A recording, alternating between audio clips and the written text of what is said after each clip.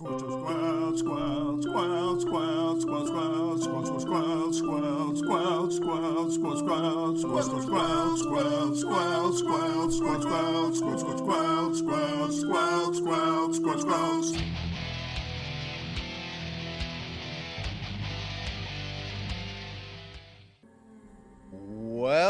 back to Squelch, the video game book club. I'm Dano. I'm Matt at Arms. I am Electric Sheep City. And I'm Storm Rage. And we're here to remind everyone that Dragon Age 2 is a game and games are supposed to be fun. Mm-hmm. Yeah, video games are supposed to be fun, and I think video games are fun. This week in Dragon Age 2, we are doing the Act 3 thing that we did in Act 2, which was like, hey, it's been a little while, friends. Let's see what you're up to. So we're gonna go speak to Fenris, and then we're gonna play the Alone, Faith, Champions, and Captains, talking to Isabela's Regret, the Storm, and what came before it. Check on Anders, Justice, Mine Massacre, Herbalist Task, A Murder of Crows, visit Gamlen, and Gamlen's Greatest Treasure Quests. We're going to do those. It sounds like a lot. But wait, there's more. I was going to say, it sounds like a lot. The Storm, what came before it, that quest has more words in the quest title than I think are spoken in the actual quest. And we are also going to go through all the side quests of Act 3 for the most part. We will get to all those again as well. So it is a busy episode of doing very little. So very Dragon Age 2 things to do. A lot of these quests are like, conversation with this person. It's about 5 seconds. Cool. Next quest. Exactly. Yeah. And then there are some that are thrown in there and you're like, oh, that seemed like that was cryptic and weird, and that has to mean something later. Or, oh my gosh, there is this 2-dimensional character is 3-dimensional. So it's you really can't skip any of them because you don't know which ones are going to be just like hanging out with a bud for a few minutes, or going in and changing their world. So you just got to do it all. Here's the thing, patrons. Dano's not going to tell you this because Dano is a completionist and he loves doing all the side quests, and I love that for him. I've sent Dano out of the room so he can't hear this. Okay. You for sure can skip a lot of this. Mm-hmm. Like it is fun. I'm mostly glad I did them, but it's very skippable for some of these. The side quests are very skippable, yes. Yeah. I think the companion quests are good. I mean, not the Lost Swords. That quest is probably the most important quest in the game. But actually, I will never do that quest. I don't know. The weapon you get from Lost Swords looks really cool. Is like, it? That's like, super cool. That's if you look at I didn't do it, but I looked it up online, and like the sword, it's basically, as a mage, you get like a staff that looks like a sword upside down. It is amazing. That is pretty neato. But you know what's even more neato? Having time not in your trying day. to gather a dozen swords out of nowhere. A Not spending an dozen hour searching for swords. swords. I'm pretty sure it's just 10 swords. It's just 10 swords. So one of them requires a master lock too, I'm short a rogue that had master lock ability. It's just 40 cunning. I gotta respect Fenris. I gotta respect That's not really worth it to unlock stuff. So No. unless you are trying to get that quest done. Yeah. So it's some random grab bag of quests this week. Next week we're finishing Dragon Age 2. So if you can play the Finding Nathaniel quest, awesome for you. It's bugged for me, so I don't get to play that quest, and I am salty because I was really excited about that one because I really liked Nathaniel in Dragon Age Awakening.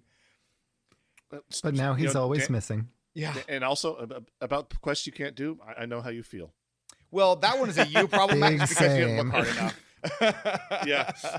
See, I also will never do that quest, by the way. We are doing On the Loose, the No Rest for the Wicked, A Small Problem, Haunted, Closure, Favor and Fault, and A New Path. Most of those are companion quests. I actually am a little bit ahead, and they're all really fun companion quests. And then we're moving on to Best Served Cold and The Last Straw, which is the end of Dragon Age 2. So we did it. we are done with another giant RPG next week. So congratulations, everybody. And in 2 weeks, we get to start another giant RPG. A gianter RPG. As a reminder, we are using the guide written by No Zero. The link is in the podcast description, along with the list of quests we are playing each week. So that's all there waiting for you if you want it. Let's go thank some patrons. Thanks. I am pretty incredible. Hey, Thank. I didn't do Dano. it all the way. You don't have to make it bigger.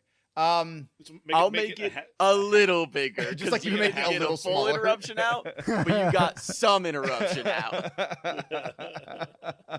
Hey, patrons and Twitch subs, thank you very, very much for your support to keep this podcast ticking. One more week of Dragon Age 2 means one more week where we're not streaming. We will start streaming again for Dragon Age Inquisition. So that will be back again too soon. So if you want to watch us on Twitch, we'll be over at twitch.tv/DanoPlay. The O is a 0 because I'm cool. You can support the podcast at patreon.com/squelch as well. We are going to have a Squelch After Dork this week, and it is going to be Storm Rage talking about Storm Rage things. So that should be pretty fun. Yeah. Self-promotion is what I'm going to do.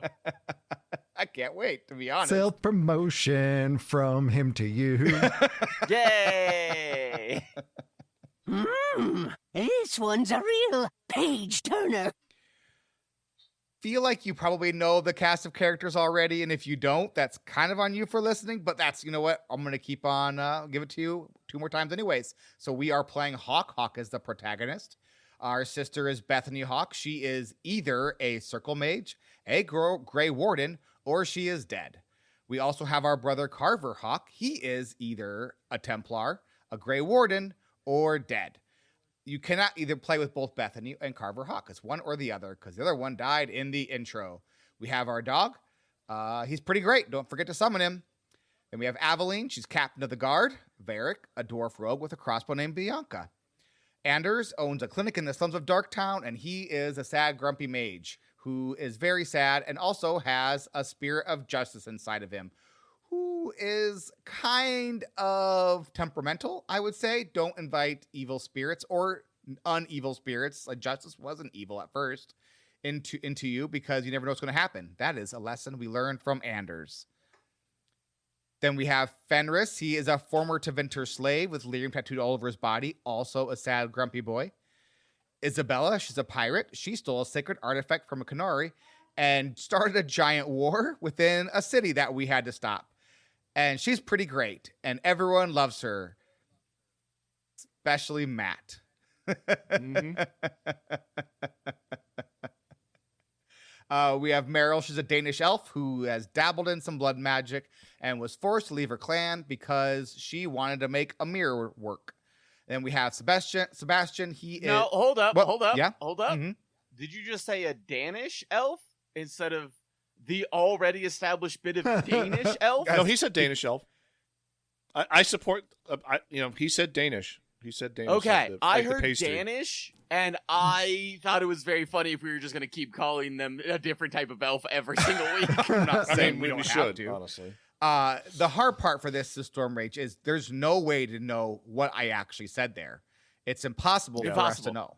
It's nobody's recording. The moment has passed, and it is what it is. So the world will never know. We have Sebastian. He's an archer. He's the former third son of the ruling family of Starkhaven, and he's like a priest or something in the Chantry. And He's without a doubt, the most forgettable character in this cast. I have used him 0 times out of the ones that I am required to use him, and that is too many times. He's kind of like he's just kind of like a noble that hangs around the Chantry because like he wants to like be saved or like I don't know his motivation really, other than like he just likes hanging out with the Reverend He Mother. is a priest. He is a priest. Is he? Yes, that's his shtick. He's a member of the Chantry. Yep, he's a member of the Chantry, and also like ruling. So like his whole thing is you can either like help him to decide to go back and take back Starkhaven, or you can be like, hey dude, you seem to be into this priest thing, so keep being a priest. Either is cool. Live your life. Either one is fine. So yeah. I don't know. He's fine. I probably need to have a conversation with him to do that, and I'm not sure if I'm willing to risk that. Understandable. I actually like Sebastian. I'm not gonna lie. My problem with like all of Dragon Age mythos, like my main thing that I'm like, why is this such a thing? Is they make it so clear that if you are not a mage, you should hate mages because they are a danger, because they do terrible things, and they can destroy all of society. Mhm. The problem with that is that we have been presented with an equal number of mages and non-mages who have done terrible things, and it doesn't make sense why mages are on such a higher pedestal, because I can kill demons in the same way that I can kill anybody else. Well, see, when society isn't great, maybe you should just let the mages run it. Great point. I mean, that's what they do in the Tevinter Imperium. The mages run Tevinter Imperium. So yeah, there you go. And they're a bunch of good-hearted people, super good-hearted people, and Yes. totally not stable, Yeah. Getting into that. and not way into blood magic. Nope, not No, at all. never.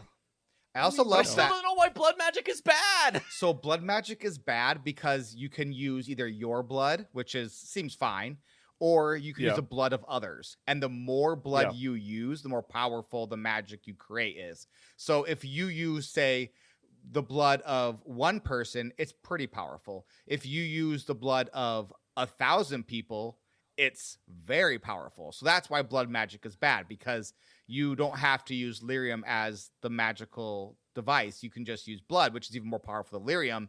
And you have, let's say, a never-ending amount of slaves, you can just use them to gas up all of your spells. That's why blood magic is bad. It's not inherently bad itself. It's bad because people can use it in a bad way. Don't Alright. they like kind of like hint that like blood magic, at least in Origins, that like blood magic was more tempted to use, like to become partners with demons, right? Was that it? That's talked about, but it's like never proven, It was because never the yeah. vast majority of people that we know that go to the demon side are not blood mages. Mm-hmm. Yeah, I think all mages have like the ability to be possessed because of their inherent connection to the Fade. So because mages can go into the Fade on their own, which is where the spirits and demons live, that makes them more possible for them to become abominations and be inhabited by demons, which then makes them inherently more dangerous as well. So because normal people can't access the Fade, they can't be like taken over by demons. And so therefore, that's why also by mages are inherently looked down upon as well, because they can be like corrupted by demons easier because they have access to demons, whereas normal people don't have access to demons. So, Right. yeah. So there you go. Dragon Age. Glad we're figuring I this appreciate lore. that. I'm glad we figured this out now. No. Yeah, because like this whole time they just make such a big deal about it, and I feel like they take for granted that we should just like be afraid.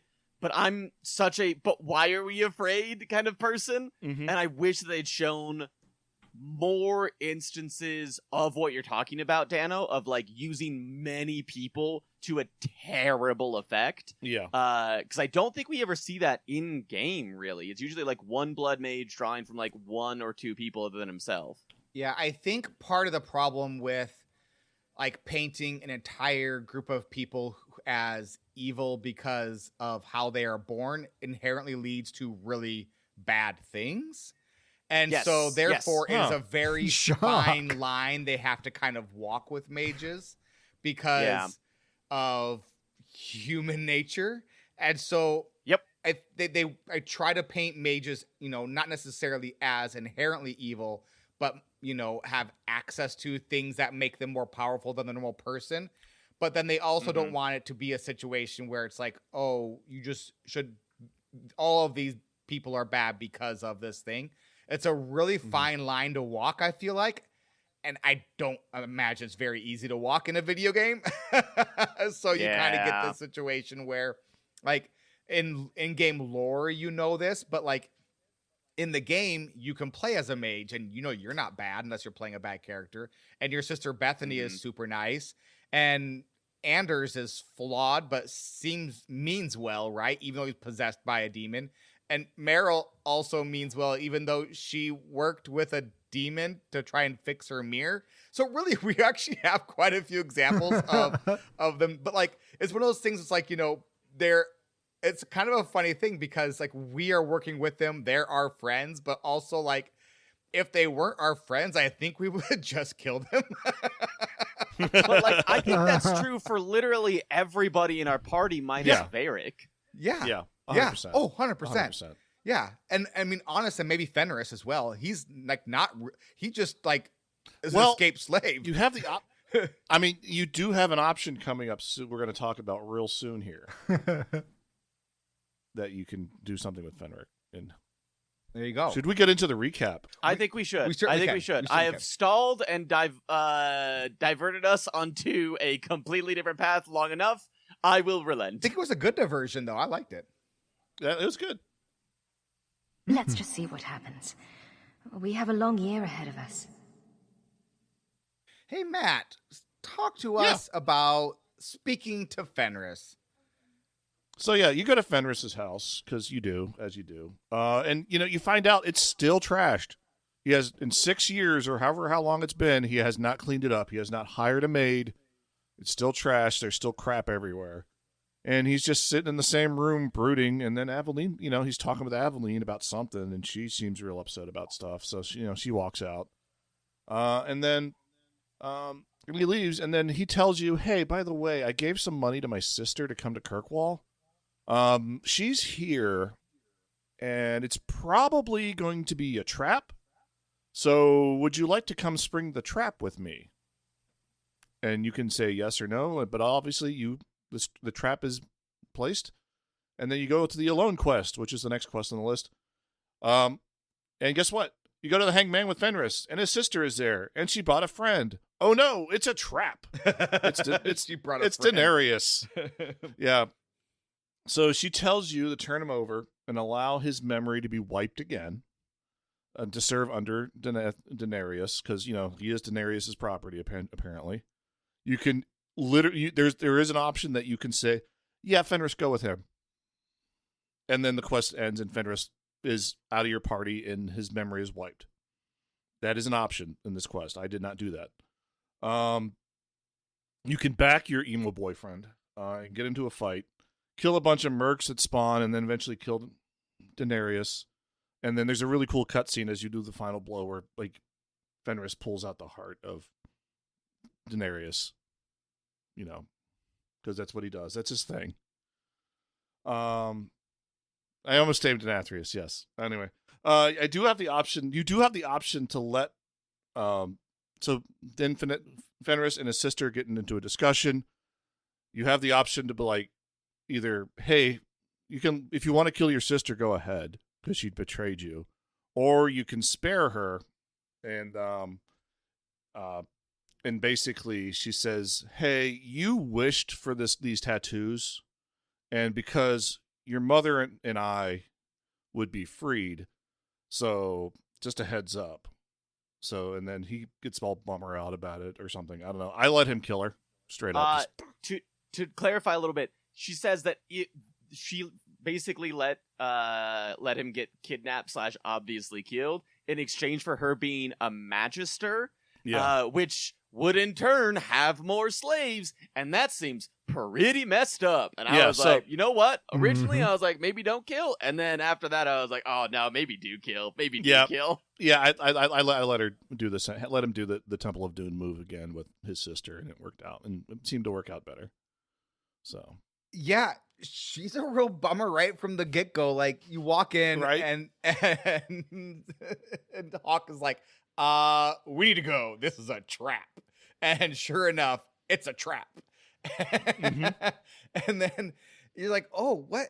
It really wasn't even a situation where she kind of hid it. She's like, I just did my duty as a good member of like Tevinter society. You're the problem. You're the one who ran away. If you were, it's like a good member of like the Tevinter society, you wouldn't do this. And because you did this, I'm going to turn you in, and then I get to be a magister, loser. I was like, yeah, dude. Yeah. I think we all made the same decision because she kind of had it coming. I mean, I'm already low on party members available party members to begin with. I don't want to lose. It's just you and Varric.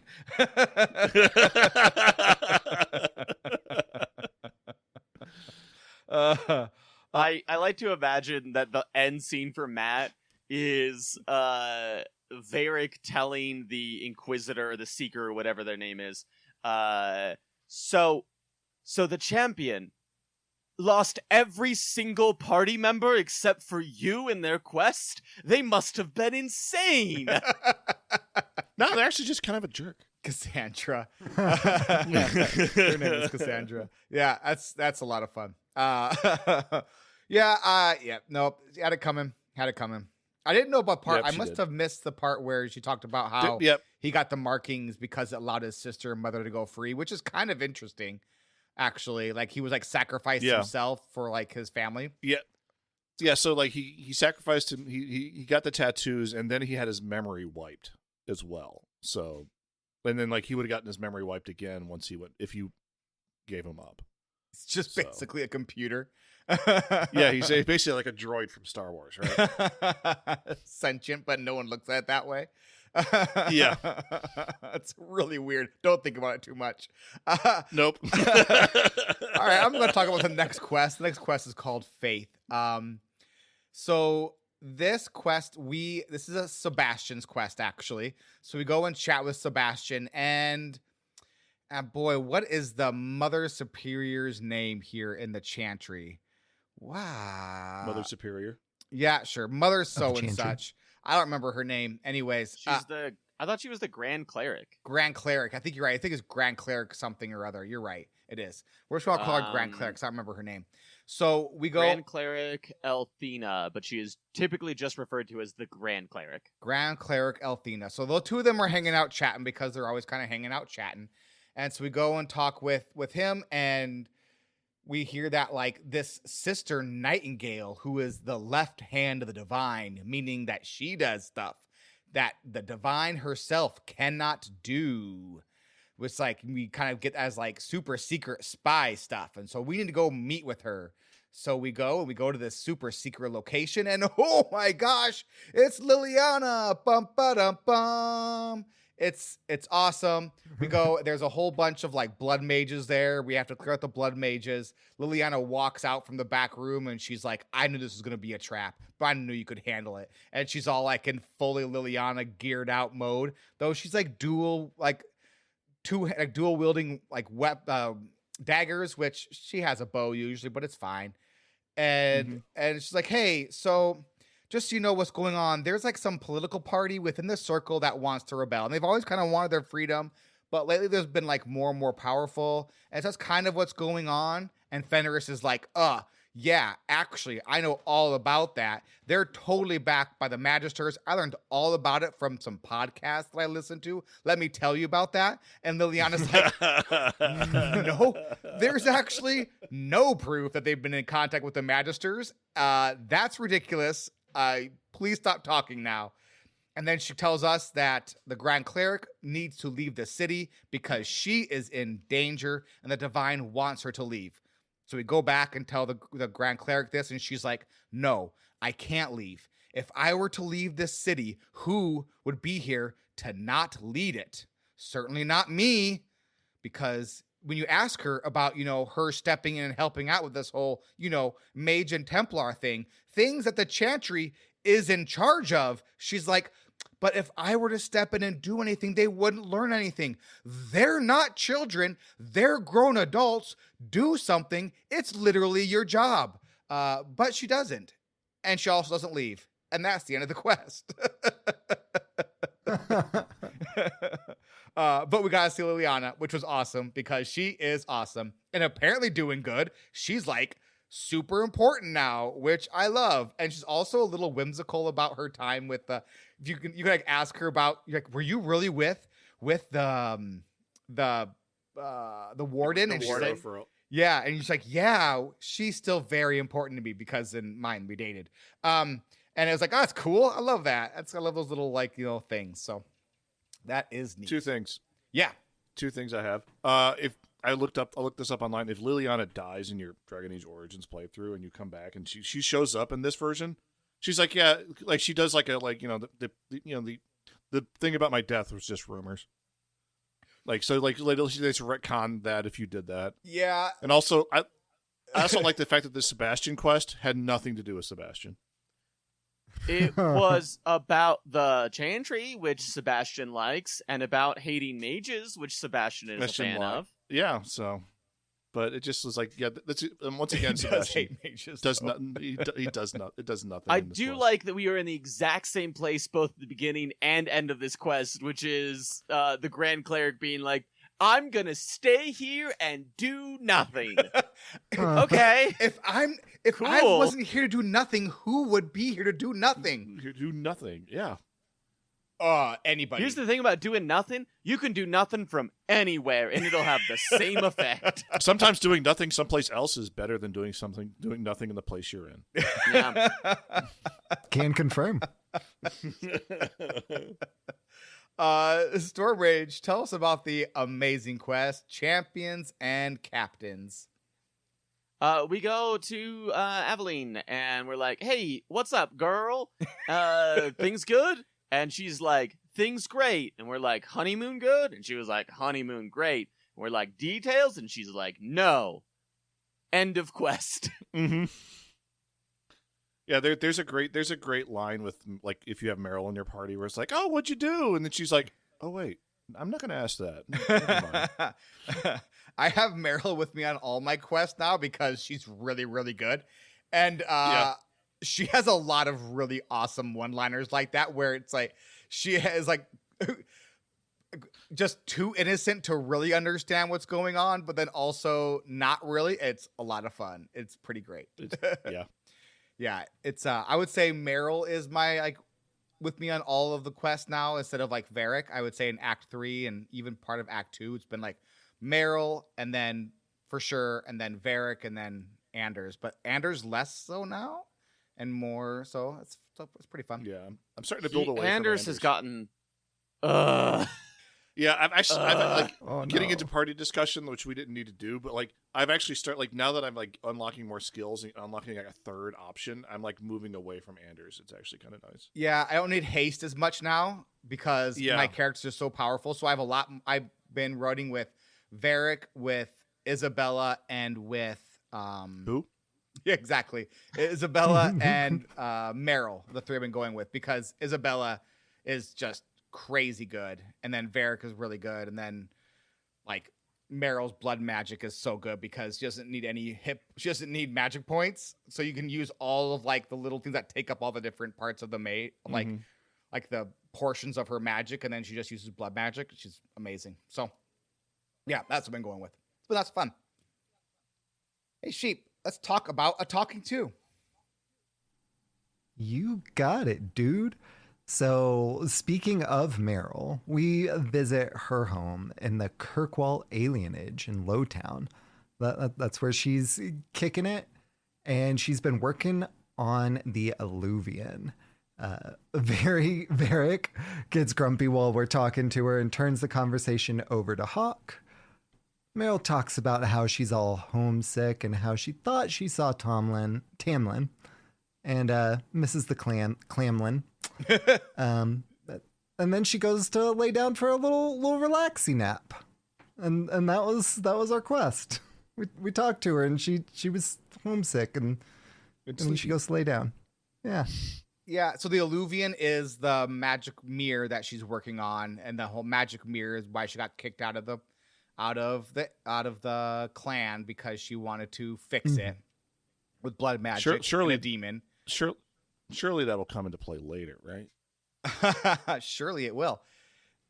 She's working on it. I was just thinking, I was like, why everybody else is like living either in like a tavern and like partying all the time, or living in Hightown and just like living with like 40 people, really. Or squatting in Hightown.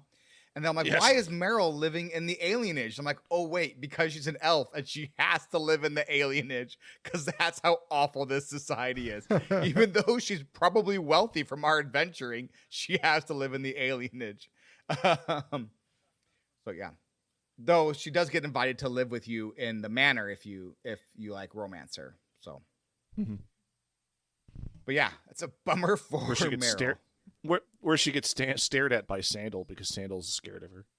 Sandal is so Anyway. funny. Have you heard him talk Yeah. about the thing in the shed? The old, yeah. I saw So good. something in the shed. Hey Matt, talk about Isabella's regret. The quest you totally have. I totally have this quest. Yeah, I went into the hangman and she wasn't there. Because she betrayed me. And is a terrible person that I probably should have thrown another bus under the canary, but I didn't because I thought she'd come back, but no, she did not. So this quest never happened for me, sadly. What is there somebody who actually did this quest? Could you tell me what this quest is? You just say, Hi Isabela, how are you? I'm good. Let me rejoin your party. Okay, the end. I think that's actually the quest. Yeah, it's about the quest. Yeah. Yeah. That was a little bit more fun than that Nailed it. because it's Isabella. You would know this if you Yeah. had tried to be friends with her instead of just like taking Fair. her for granted at all and tried to, get to know her a little bit before you needed something from her. I'm just saying that Yeah, maybe, fair. Try a little bit, Matt. Yeah. You seem to be Fair. throwing a lot of shade on Isabella when all she did was look out for her. Why would she look out for I you can't- when you couldn't be bothered to even like go and hang out and chat a little bit? She wanted Yeah. 3 minutes of That your is- time. that is on me. I am a terrible friend to assassins. I apologize. She's a duelist, actually, not an assassin. A duelist pirate lady. It's true. It's though. time to And do the best. magic talk. She is a lot of fun though, and really powerful. Next time I play Dragon Age 2. You sure to- should. I mean, I've played it twice now. It's lots of fun. I've got the quest, the storm, and what came before it. This is a companion quest for Varric, I believe. Mm-hmm.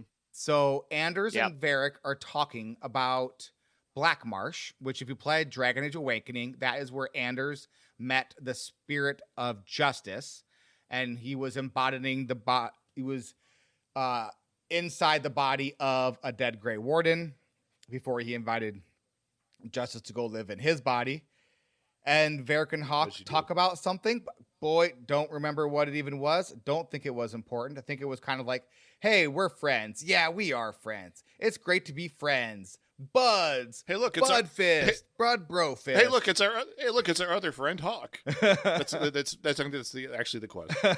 Friends. Moving on. You can't even adjust your friendship value on this one. This one, Yeah. I feel like they could have done either not had it or, I don't know. This one was a little weak. I felt like some of these are a little on the weak. This one was feel like that one could have been redlined. A little bit of editing could have gone a long way with this quest. Yeah. All right. Speaking of editing, talk us about Check on Anders, Storm Rage. So this is like the fifth quest in this act where you come across companions and they're in an argument, and then they storm off by going, "I can't deal with them right now, HAWKE. You try to talk some sense into them." It happened 5 times in a row, and I was like, I don't know what this choice is. Okay. We check on Anders, and Anders and Aveline are having a conversation, and Aveline's like, "I can't talk to him anymore. HAWKE, you deal with the situation." So we talk, and Anders is like, well, Aveline's part of the Guard, and the Guard are part of the Templars, and the Templars are killing mages. So Aveline's killing mages. And like, okay, sad boy, relax. And Turn then off he's the like, Joe well, all the Rogan. mages. You and Fenris both. Yeah. And he But talks for real, about though. how a lot of mages are turning to blood magic to survive, and that's a bummer. And a lot of mages are being killed, and that's a bummer. And he's got a plan, but he's not going to tell us about it yet. So he's a real sad boy, and he's just real sad that things are going so bad. Yeah, that's right. And then he's like, hey, come back. And so then we go back and we have the quest Justice. Can you talk about that as well? So then we go back, and Anders is like, hey, you know that spirit that's inside me? I think I found a way to get rid of it. Yay, all I need is these things. So we go get those things. They're called McMuffins. Yeah, we get our McMuffins, And then now that Anders has his McMuffin, he's like, actually, I need one more thing before I can do this. It's like, okay, what do you need? He's like, go to the Chantry and talk to the Grand Cleric for a little while and be distracting. And you're like, okay, what are you doing there, Anders? He's like, nothing. Well, I'm doing something. I can't tell you about it. And you're like, okay. Should I be worried? He's like, anyway, let's go. So we go talk to the Grand Cleric, who's like, I'm too busy doing nothing. And you're like, but don't you care about mages? And she's like, well, I care about peace. It's like, okay, well, right now there isn't peace. So what do you want to do? And she goes, well, if I take a side, then there won't be peace. What? You sure? You sure about that? You sure about that logical leap there? Because there's already not, so you doing nothing with... Regardless, then Anders comes back, and the Grand Cleric is like, I hope you found a balm for your soul, which is one of the wildest word choices, and it has to be a hint. I don't know this. I haven't played it. I haven't looked it up, but it's gotta be a hint that Anders planted a bomb in the Chantry. It's gotta be, like, the most obvious, hey, if you were wondering what Anders was doing, it was a bomb! A bomb was in the Chantry. That's my called shot, and if it's not, then I don't know why they use that word. I mean, why does he need all this fertilizer for? A bomb for your soul it's a thing that is said. That leap from I hope your soul is soothed to like, yep, it's a bomb is incredible, and I love you for that. Because she said the word balm, and like you wouldn't say that in normal, like the Grand Cleric would not say that in like a normal everyday conversation. That's the Dragon Age writers being wink wink nudge nudge. This is a weird word choice, isn't it? Here's a bomb. So you're saying it's an inside job? I think so. Yeah. Okay. And then we head back, and Anders is like, hey, thanks for letting me do that. And you're like, hey, what happened? And he's like, so thanks for letting me do that. I don't know if justice and vengeance can be apart anymore, or if they're the same thing. And you're like, wait, did you sever yourself? Did you do anything? What happened? End of quest. Yeah. Well, yeah, but now he's wearing black feathers, so He is wearing black feathers. That's Yeah. a good point. Yeah. I noticed that. Like, wait, his costume changed. yep. So he's wearing black feathers now instead of white feathers. Yeah, so that's neat for him. Happy for him there. Yeah. This is a fun one. Matt, talk about the Mine Massacre. So for some reason you go to the bone pit because you do. Well, you go to the and bone it's pit complete- because we were told that everybody died at the bone pit, and the only thing that survived was one horse that came back with like a cart full of corpses, and our partner is like, anybody is dying at the bone pit. everybody is dead. Go figure it out. We're ruined. That's why we go to the bone pit. My favorite detail on this is that he talks about the horse coming back, and he's like, there's 100 mages in this city, and not one of them can talk to a horse. It's like, you know what? Fair point. I love that so much. Actually, I didn't do that because I didn't see the quest marker over the guy's head. So like I went to the bone pit for other reasons, and then the quest triggered because I was in the bone pit. Oh, okay. So you went for like there was Well, another quest side there. quest Justice, Yeah. I would guess. Yeah. Yeah, the justice quest, and there was by the way, while you're here, there's everything is singed and terrible. But yeah, you go down the hill, and all of a sudden there's a high dragon, and you go fight it, and it's a bunch of whelps, and it's kind of buggy. And so you fight the bugs too. There's some bugs where like the whelps would hide like in nooks and crannies, so it wouldn't bring the dragon back down. So you had to like find the whelps that like got stuck in the terrain. I didn't have that problem. Oh. I had I that didn't problem a either. couple Interesting. times. So and then you brought it back to your dinner level. You eventually killed the dragon. It's kind of fun. And then you go back to Hubert. I think his name is Hubert. And he says, Sakura blew my Rhine. Mine is completely destroyed by a dragon. I have not had insurance. Everyone who's worked for me is dead. Ho, ho, ho. Because he's Orlesian. That's why that's funny. Yeah, that was the quest. Then You kill a dragon, you basically you tell your partner, and he's like, we're ruined. did you That's basically it. did you say you'll take over the mine? Ha ha ha. What's that? Did you say you'd take over the mine? I said, yeah, give me the mine. I'll do it. He's like, fine, take the mine. It's cursed. I'm like, sweet. I own a mine. Yeah. Yeah, I think I did that too. But like, I don't have time to run it. I'm the champion of Kirkwall. I mean, I assume the champion of Kirkwall can like pay someone to do that because we own a mine. So just like, and now the High Dragon's taken care of, so it should be taken care of.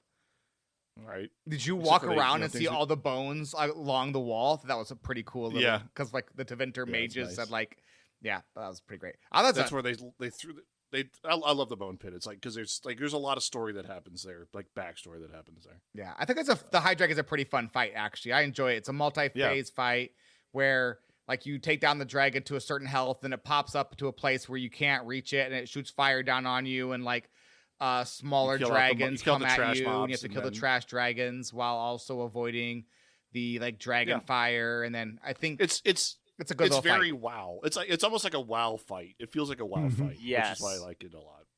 I think this is probably my favorite boss fight we have had to date, because it felt like it was a very long boss fight. The health of the dragon was very high. It took a lot of effort, but nothing felt unfair. Yeah. Everything was like communicated of like, hey, this is going to hit you, get out of the way. And there were times where I was nervous and I had to use a lot of potions. I had to use a lot of resources to get through it. But I always felt like if I died, it was because I made a mistake, not because a mage cast one spell on my party and I couldn't do anything and I died. Yeah, I was during like the phase where you were being attacked by the ads and the dragon was like shooting fire at you. I at first got very frustrated about the fire because I was like, oh, what can I can't get away from this fire. And then I was like, wait, I can just move my party members. And I was like, oh, that was actually pretty easy. That's a me problem. And not even and this one it's like you can see it coming. It's easy to move them out of the way. There's plenty of places for them to move where they won't get like hit by the fire. I thought this was one of the better open space ones in this one. Yeah, there's a ton of open space to play around in this one. Yep. Really fun. I love getting to fight the dragons. Always a good time in Dragon Age fighting the dragons. This one was good. And then you have to fight at least one dragon in Dragon Age, right? Yeah. Every Dragon Age game, you fight at least one. And we get the dragon blood, which, I have that quest actually. Okay, so we'll talk about that. So when we loot the dragon, we get some cool dragon stuff. And part of that is dragon blood. We loot some dragon blood. And we go back to our herbalist pal. And we're like, hey, we have some dragon blood. And he's like, oh, I know what to do with that. And so he leaves for a moment and comes back and he gives you a necklace, which I think then means we're married. So that's exciting for us because we exchanged good for you. Dragon blood and congratulations. And yeah. It's nice. You're dragon married now. Yeah. So that was neat. I don't think the necklace was very good. I didn't use it for anything. I could be wrong. Maybe it's perfectly fine. Does it have fire resistance? I bet it does. I don't need it anymore because the dragon's already dead. Yeah. But yeah, that was the easiest. I think that was the only herbalist task there was in Act 3 was getting the dragon's blood. Oh, is that it? I thought so. There was more like you had to go dig something in like the terrible area of the coast. No, you do that with Anders. I might actually turn that in because I might turn this one into. Intentionally ignored the herbalist tasks because I don't want to do them. Oh, it's just the dragon blood. Yeah, nope, this one's easy. Though we didn't talk about going on our little fetch quest with Anders, where we had to go look for poop and we had to go look for like blood. Oh, I did that. Yeah, but we didn't actually say what we were looking for though. I looked up the amulet you get from him. It has 529 fire resistance. Well, there you go. Perfectly good. See, I called it. Yep. I mean, it makes sense. I mean, yeah. And also 20 and plus 1 to all health, all attributes, and plus 20 health. But I might be using that because the plus 1 to attributes is actually pretty good. Yeah. Next up, A Murder of Crows. This is a quest Matt couldn't do because once again, he wasn't nice to one Choices of his friends. Assassin friends, mind you. This one was an assassin, actually. Yeah. Who tried to kill me twice. I think this is also the exact same quest name as it was in Dragon Age Origins. So we are approached by a group of Antivan crows that are like, hey, there's an assassin who's killed a bunch of people. And if you took care of him, we'd appreciate that. And you're like, why me? Well, he's hiding out by the Danish. And if you wanted to be... The Danish? Yeah, they're hanging out by the Danish. He's enjoying a nice pastry or two. and you have good connections there, so how about you go talk to them and smoke them out? And we're like, all right, sure, yeah, we don't like, I mean, assassins are probably bad, so let's go check it out. And we go to the Danish, and the Danish are like, hey, here's a scone, and also, yeah, that dude is just, like, over in the cave. He told us to tell you. And you're like, why? And he said, well, he didn't want any of us to get hurt, so he told us to just give him up as soon as anybody asked. And we're like, okay. So we go to the cave, and we murder a bunch of things. All the things we've already killed in the cave. I don't know how many times we have to kill the things in this cave for the cave to be dead. Apparently an infinite number of times. Yes, Dano? The game even acknowledges this when we get the boss. We're like, hey, didn't we already kill this thing? Yep. Yep. And turns out the assassin, after we kill all those things, comes out, and he's like, hey, you're not an Antivan Crow. You're the champion of Kirkwall. And we're like, hey, thanks for noticing. And he's like, I didn't know the champion of Kirkwall was going to be so beautiful. And we're like, hey, I didn't know assassins were going to be this handsome. And Zevran says, well, you can take me in if you want. I don't care, because they're going to kill you. And I'd rather them not kill you, but they're going to kill you no matter what you do. So maybe do whatever you want. So we can either take Zevran, or we can just like head back to the crows and say we didn't get Zevran. Either way, it doesn't matter our choice, because when we come back, the crows are like, hey, we need to kill you because you know about Zevran. We're like, how about we kill you instead? And Zevran's like, hey, I'll help you kill them. So then Zevran joins us, and we kill the crows that sent us to hunt him.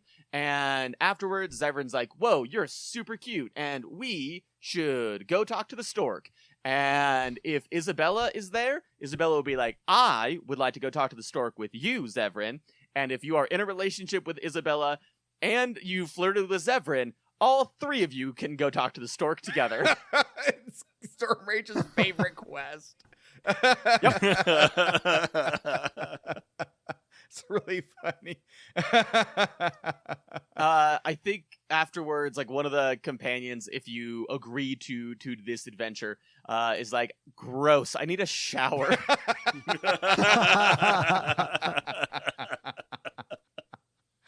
Oh, Sheep, talk to us about visiting Gamlen. Well, let me tell you what. We visit Gamlen. He lives in Lowtown. So when we get to his house, he briefly and like awkwardly asserts that like he and HAWKE are all each other have left, and that Leandra would be proud of what HAWKE has accomplished. We visited Gamlen. Nice work. How about Gamlen's greatest treasure? So while we're visiting Gamlen, we can go inside his house and look at a note that's on like his table. And the note says, I found the gem of Karoshek. If you want it, come to Darktown alone. If you talk to Gamlen, he tells you to mind your own beeswax. We don't. We never do. The entire game is people telling us to mind their own beeswax and us not. So we go to Darktown and we meet Meckel, who apparently sent the note. He decided that he wants the gem that's mentioned in the note and demands that HAWKE hand it over to him, even though we came to him to get the gem. So it's, hey, come here to get the gem. Meckel doesn't seem the smartest. No, it's very confusing that he's like, well, you have it. It's like, the note said to meet here for it. They're like, well, you know where it is. You have the note. You what? What do you mean? Yeah, you wrote this note, in fact. He's an idiot. I can't read. I didn't read the note. I just want the jewel. He's like, it's like if somebody give me the left gem. a note. Give me the gem, and let me tell you about this latest episode of the Joe Rogan podcast.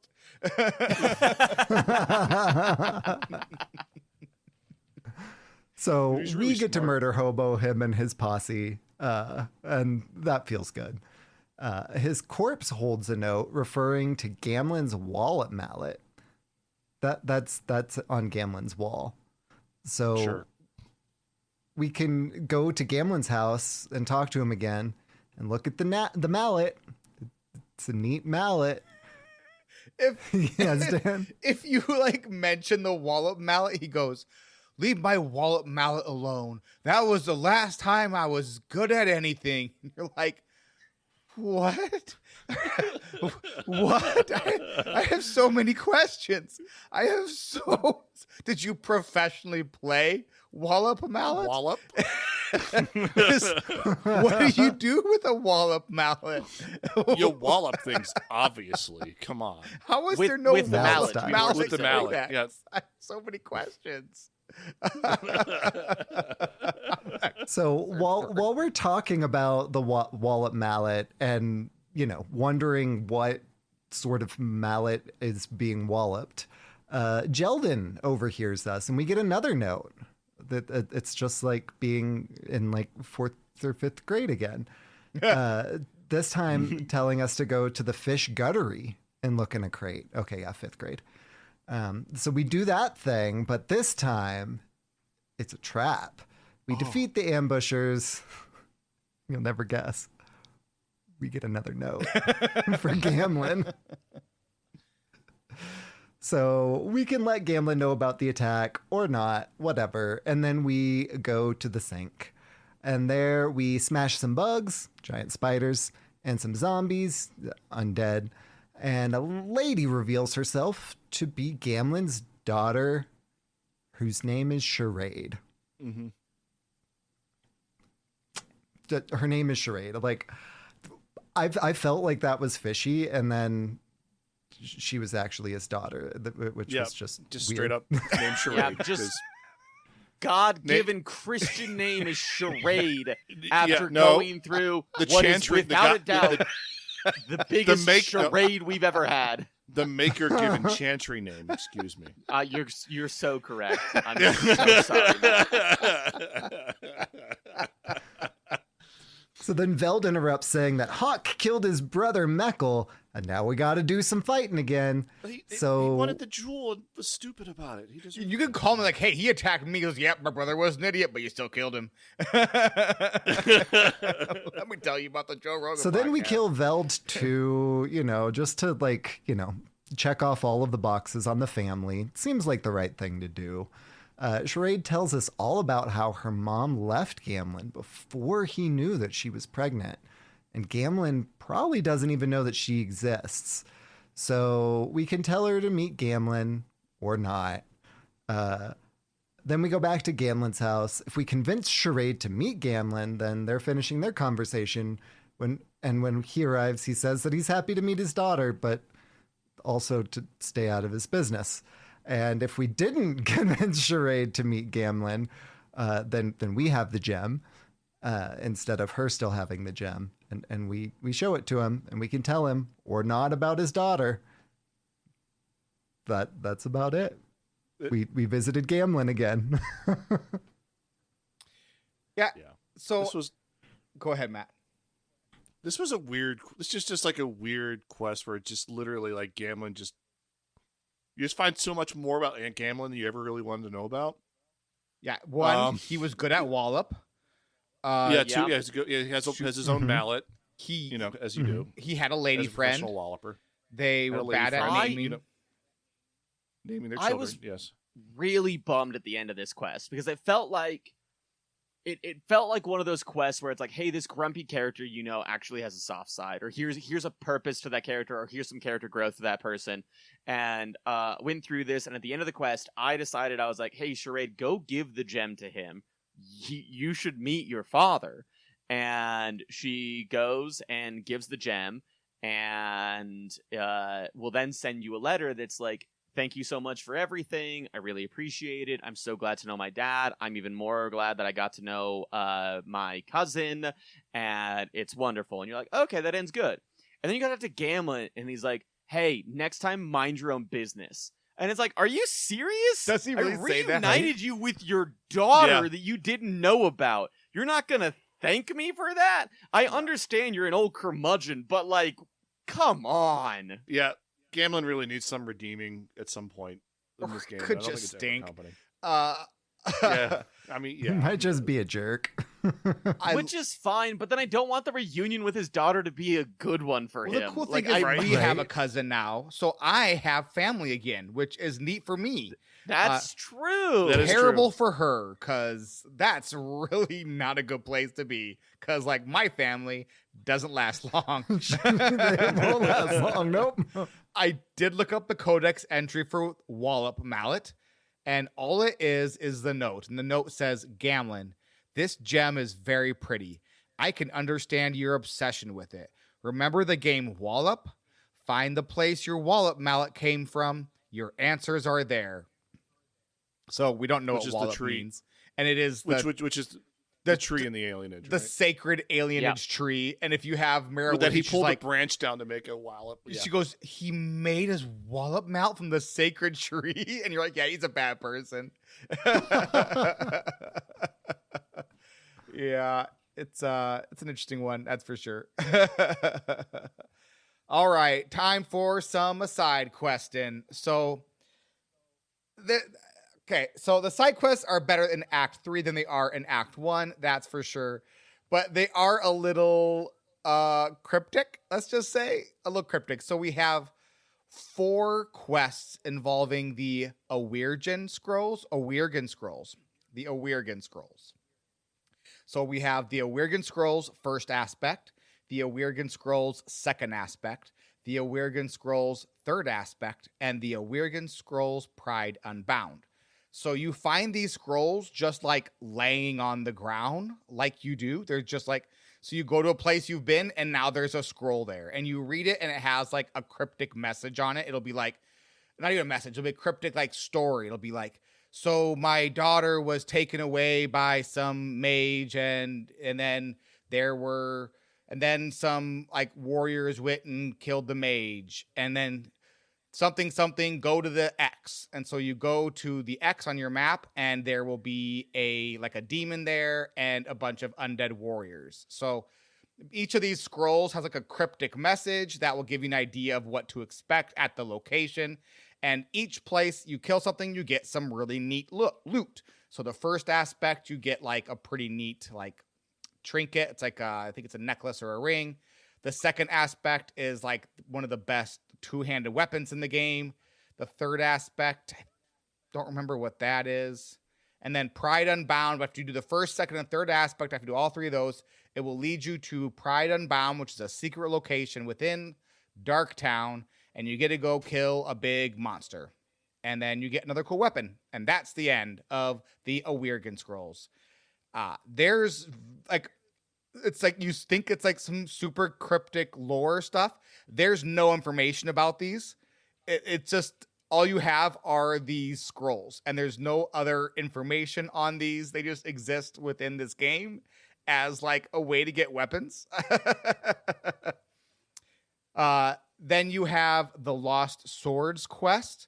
So in this quest, there is a member This one I kind of liked. Member of the Qun, and he's like, hey, I want you to find Qunari swords, because Qunari swords are more important than, without the swords, we can't put their souls to rest, or something like that. I remember exactly what it is. And so go find go find some swords, and if you find swords, then thank you. And you could be like, well, give me money. Or you could be like, okay, I'll do it. And if you say, okay, I'll do it, then you get a bunch of experience per sword. And if you say, hey, give me some money, he'll give you some money for each sword. So you kind of get to choose which one you want. And then you just find the swords all over the place. They're like, you can buy them in shops, and they're within rubble piles, and they're on dead bodies, and all of them. So there's 10 of them you have to kind of find throughout Act 3 to kind of like just encourage you to look in every little nook and cranny throughout all the maps. And I think I found like 9 of them, and I don't know which one I missed. So that's a bummer. Oh, no. There's one in a master chest in the docks. I know that. And I've got that one. Yeah. Okay. But you get like experience or money for each sword, so you don't have to finish it. If you do finish the quest, he gives you Baz Hezrith like weapon, depending on your class. So it'll be like a pretty good weapon for either a mage or a warrior or a rogue or whatever you might be. So that's what the Lost Swords is. And then there are some quests if you're like friends with Meredith. the last holdouts and a noble agenda. I didn't do either of these because I'm not friends with Meredith. Because why would I be? So these weren't quests I get. So these are the Knight Commander, right? The Knight. Yeah, Knight Commander Meredith. A noble agenda is if you go against Meredith. Gotcha. In this one, you go and talk to a couple people, and they're like, "Hey, we're plotting against Meredith, and you should meet up with us." And then we meet up with them, and one of the groups is like, "Hey, we actually don't think you should do this," and then we kill them, and then the knight that he's siding with is like, "Hey, good job. We'll see you later." Yep. So it's just kind of like quests, like, to kind of figure out what side you're on. And then we have our 3 quests where you go and you clean up the streets, where you are Batman in the 3 different zones. So we have Reining It In, Kind of Want, and Red Run Streets. So each of the 3 locations on the map of Kirkwall have a new gang in it, and you have to kill enough gang members to find out where their location is. And then when you find out where their location is, you can go and clear out their hideout, and then there's no more gangs. So you're basically cleaning up the streets of Gotham. And yeah, so those are fine quests. And then you don't get like pestered at night anymore when you're wandering around, which is a good thing. Probably. It's fun to role play that you're being the champion of Kirkwall, and this is something that needs to get done, so you're getting it done. Feels like this might be a job for the guard, but it's fine. They're busy. I just want one person to give me a quest or be like, I'd be appreciative if you did this. Like if Aveline was like, HAWKE, I need some help. Please do this. Or if a random citizen was like, I'm in danger. Please do this. And instead HAWKE sees one of them and they're like, I'm going to kill all of them. Well, they kind of attack her, and then after enough times they were attacking you, you find out where it is. Yeah, it really is like, it's like, hey, now you know where they are, and you're like, I feel like there should be more to this. Again, or an editor could have helped. Aveline was like, hey, I can't officially ask you to murder these gang leaders and all these gangs, but if you were going about your evening and this happened, that'd be great. Like, just give me that quest line. One of them is literally run by a demon, and so it seems like that would have been like a good thing to stop. So really just a little bit of like reason why, like a little more fleshing out. Like Storm Rage said, it could have helped a bunch. But other than that, I thought they're kind of fun. They're fun to role play because you kind of are role playing like being the only person in this city that really cares about anything, and so it kind of makes sense. Taste my grilled cheese.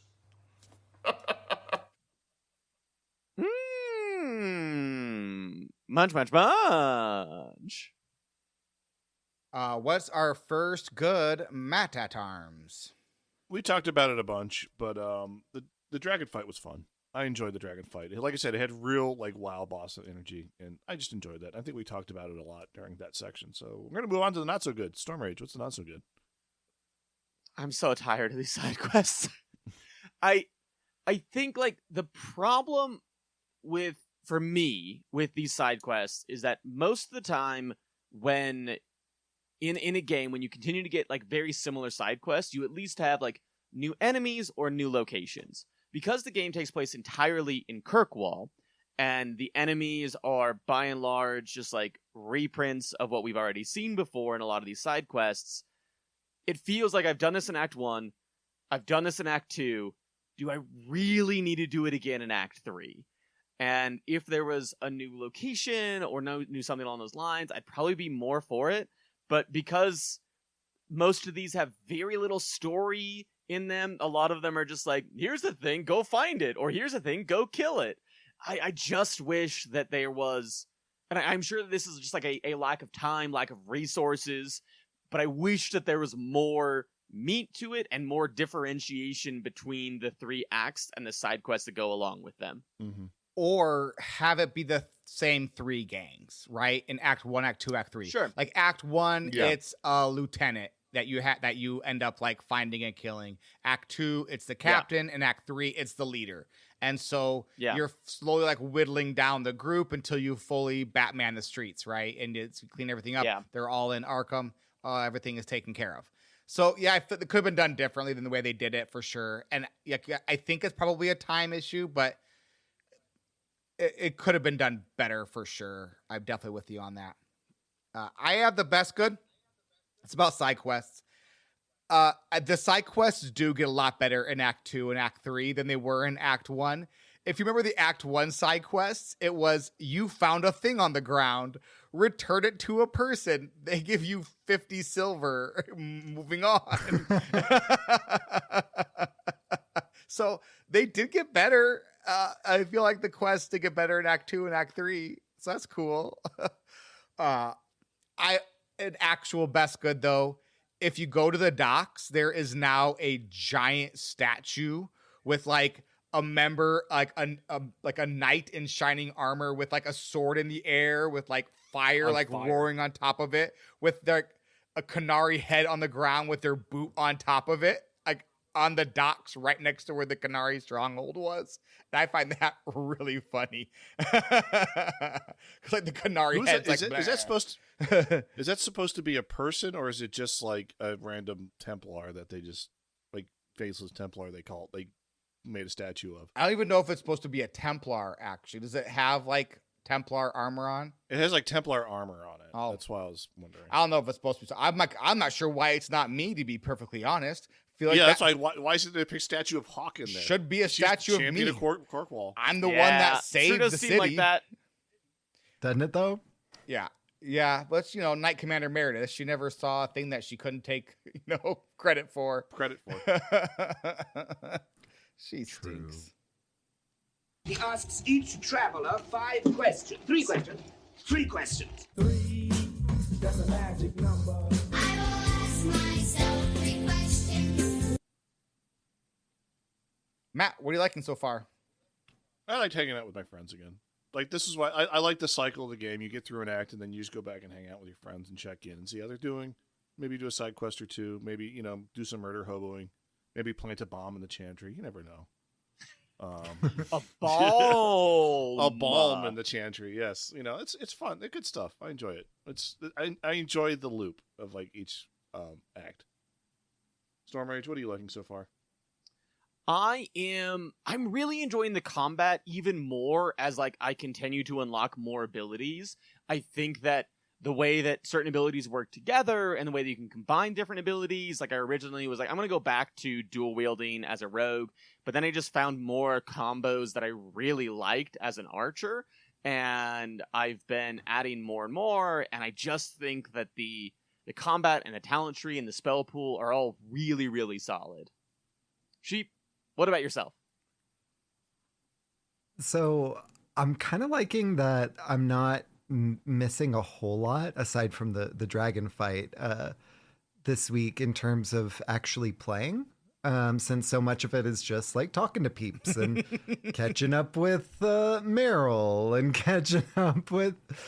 So honestly, this week seemed like a pretty accessible one, the way that I've been engaging with the game. What about you, Dano? What have you been liking with this so far? This week really felt like it was a John Hughes movie set in a fantasy universe where we're all about to graduate high school and go our separate ways, but we want to have one more big bash before we go. And I love that. It's pretty awesome. Hey, Matt, what are you struggling with? Mainly, the main thing I'm struggling with is that the fact that I feel like I've been locked out of content because I admit I failed the whole Crow quest in like getting my friends with the game and the one character in Dragon Age Origins. I didn't spend a whole lot of time with Isabela because it didn't really work. She didn't really work with the party comp I was kind of going for. Did you want a bad one? Yes, that's exactly what I wanted to do. I didn't find, and like I said, I didn't find Zevran that interesting in the first game anyway. So it's like, so now like, I'm missing out on this content because, other things happened. And now I'm like, I feel like sheep where I'm like watching from the sidelines, like, oh, I kind of wanted to do that. I feel like what you're struggling with is that you're bad at Dragon Age. I feel like that's what you're struggling with because those are two awesome characters. So yeah. I don't know. I'm invested in Meryl. I'm invested in Aveline. I'm invested in, the good characters. So Aveline is such a cool character. I love I wish Evelyn. she was better in combat because she might be the most interesting character outside of maybe Isabela as far as like lore wise in the game. Like so HAWKE and Isabela and Aveline, but Aveline I feel like is just kind of worthless in combat because you don't really all she does is cry for stamina potions at this point. Yeah, so that bums me out actually. Storm Rage, what are you struggling with? I mentioned this in the not so good. I'm just struggling with like repetition of quests. I think that at this point it is more of like my if I was playing this on my own, I think I would have gone straight to the main quest and not had a single issue. And I just would have been like, yeah, the game's really, really solid. But I think because I am wanting to experience more of the game, I am also getting tired of the game, which I don't know if that's necessarily an indictment on the game itself or just like personal preference. But I am very glad that this is the last week of side quests. Sheep, how about yourself? Yeah, honestly, the lack of immersion is kind of what I'm struggling with. Not kind of playing the game itself. You know, don't want to be a downer and like focus too much on that because that's something we tried to fix and could not. But that's been a struggle. How about you, Dano? What have you been struggling with, friend? So last week I changed combat from hard to normal. And then this week, combat was just stupid easy, like to the point of it being not even really fun. Like I didn't feel like I was playing a game. I felt like I was just like coasting through to go to the next place to talk. And so it felt like very much like an ARPG, which I love ARPGs because like, you know, in an ARPG, it's all about just mowing through content as fast as possible. And because of how combat works, like it very has that feel to it. But the problem with the way this game works is it's meant to be tactical, where you pause and you set up your characters and you work through the combat. And so you don't have never-ending swarms of mobs. You have waves of combat that you struggle through, and you move on. Then you move on and you heal up. And so because it feels like an ARPG, but you don't have as many enemies of an ARPG, it just feels like really watered down. So I went back to hard because now with with what Storm Rage said, with all everything working so well, like being leveled up and then having the best weapons in the game and having the best runes in the game now, like playing on normal mode, I feel like is very simple. So that didn't feel as fun for me, like combat wise this week. What surprised you about the game, Matt? How much I'm really kind of ready to finish the game. Not in a bad way. It's just like the side quests, like in this section, like a lot of them really could have just been emails. Like we didn't have to go to the bar and like talk for 30 seconds. Like, you know, like it's just felt super short and like, it's just like, it just didn't sit right with me. I did feel like it didn't wrapped up that much before we start going into the main storyline. You know what I mean? Like it feels like we're just kind of like, here's some padding before you get to the main storyline, you know, that you can do if you want to, but you don't have to. But, you know, it would be nice if you talk to your companions every once in a while. I don't know, just, you know, which is a problem I have. It's a me problem. You know, see, I don't talk to Isabela that much. Didn't. And, you know, anyway, Storm Rage. Now you can't. I went through this entire week and I died twice. And I don't say that as a brag because I shouldn't have died either of those times. But we went against a giant dragon, didn't die. We went up against some gang leaders, didn't die. You want to know what killed me? A random flippin' Qunari mage that cast an AoE spell and wiped out my entire party in one spell. And that sucks. Oh, and I no. don't know what the balancing mechanic is. Like, I don't know what I'm supposed to do in order to prevent that. Because, like, I was just walking along, and then all of a sudden it's like, army is here. And it's like, okay, I spotted the mage. I immediately targeted the mage. The mage's AoE popped and killed me. And I was like, I I don't know what I did wrong in this, but it does suck, and I wish that there was more balancing between it, because it's like normal, random mage that will wipe your entire party. Sheep, how about yourself?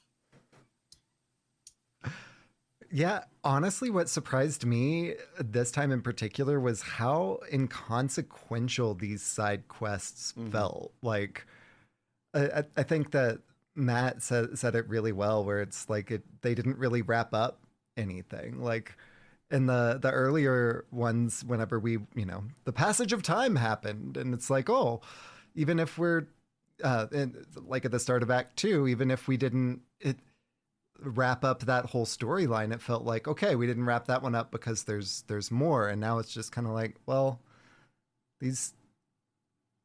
I guess we did them. Neat. So much of it was just kind of like seemed open-ended and not a good kind of storytelling way. And that surprised me, because usually they do a better job of that with these games. So that surprised me quite a bit. What about you, Dano? So I will say about that, I played ahead a little bit this weekend, and we do have those wrap-up companion quests coming next week. So a lot of the storylines that felt incomplete this week actually get wrapped up next week. So we do have that coming. But yeah, it did feel a little bit like, what's going on here this week for sure. Yeah. What surprised me about the game? Like we've been saying the whole time, I love the go chat with your pal quest, but maybe we combine some of them. They're my favorite part of like all of these BioWare games has been like my pals, but like this Act 3, and Act 3 is a known weakness of this game. Like everyone you talk to plays this game, Act 3 is the weakest act. But this one really felt like they just ran out of time editing the story or something, because it really, like, why am I going to talk to Varric twice and him going, hey bud, and I'm like, hey pal, all right, see you later, okay, bye. We walked in the room together. I feel like we could have had this chat on the way.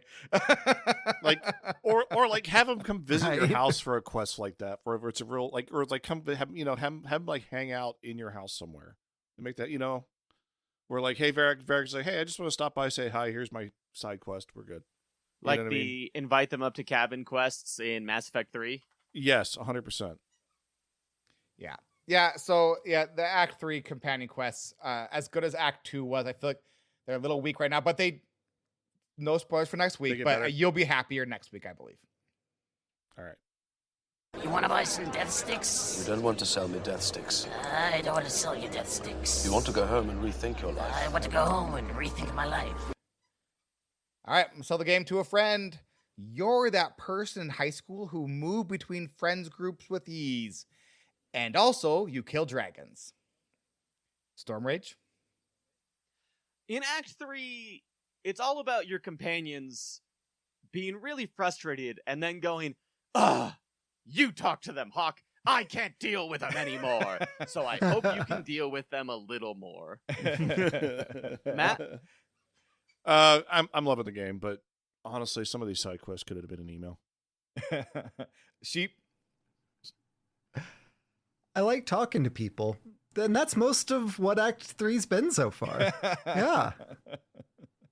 All right. Next week, we're heading back into the Brazilian forest. And that is it for this week. Thank you so much for listening. Thanks to our patrons and Twitch subs for patronizing us. You can find links to our Discord and content information in the link tree in our description of this podcast. Oh, Dragon Age 2 is a game, and games are supposed to be fun. Every game is better with friends. Yeah! I can't deal with this podcast. You deal with it, Dano. This is the end of this show. Everybody bye!